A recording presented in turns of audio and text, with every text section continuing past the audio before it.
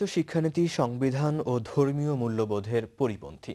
এই শিক্ষানীতি বাস্তবায়িত হলে কয়েক লাখ শিক্ষক চাকরি হারাবে। জাতীয় প্রেস ক্লাবে ইনস্টিটিউট ফর পলিসি রিসোর্স আয়োজিত সেমিনারে বক্তারা এসব আশঙ্কার কথা বলেন। প্রস্তাবিত খসড়ায় ইংলিশ মিডিয়াম স্কুলকে বাদ দেওয়ার সমালোচনা করেন বক্তারা। বাতেন বিপ্লবের রিপোর্ট।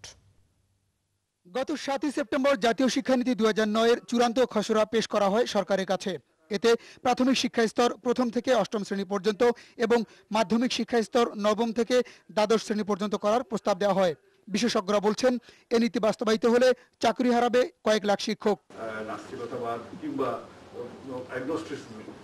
বিশ্বাস করি অবিশ্বাস করি এগুলো যে এসছে, এগুলো তো সাম্প্রতিক ডেভেলপমেন্টের সঙ্গে শিক্ষা, সাধারণ শিক্ষার কোনো সম্পর্ক আছে বলে মনে করি না। এটা একটা দর্শনের একটা বিশেষ শাখা বলা যেতে পারে, তার বাইরে এর কোনো মূল্য নেই। খসড়া প্রস্তাবে যে একমুখী শিক্ষার কথা বলা হয়েছে তাতে বহুমুখী প্রতিভা বিকাশের সুযোগ কম।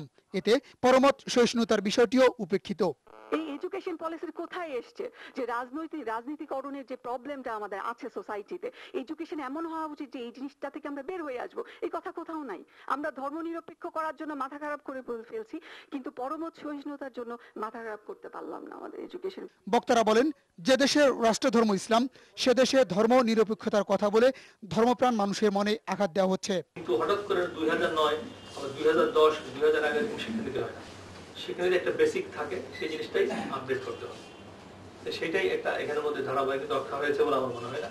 তারা বলেছে যে ইসলামী শিক্ষার যে সাবজেক্টটা ছিল সেটাকে বাদ দেওয়ার প্রস্তাব করা হয়েছে। আমি দৃঢ়ভাবে সেটাকে প্রত্যাখ্যান করি।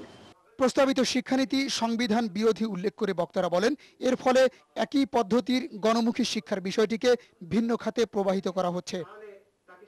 বাতেন বিপ্লব, দিগন্ত টেলিভিশন, ঢাকা।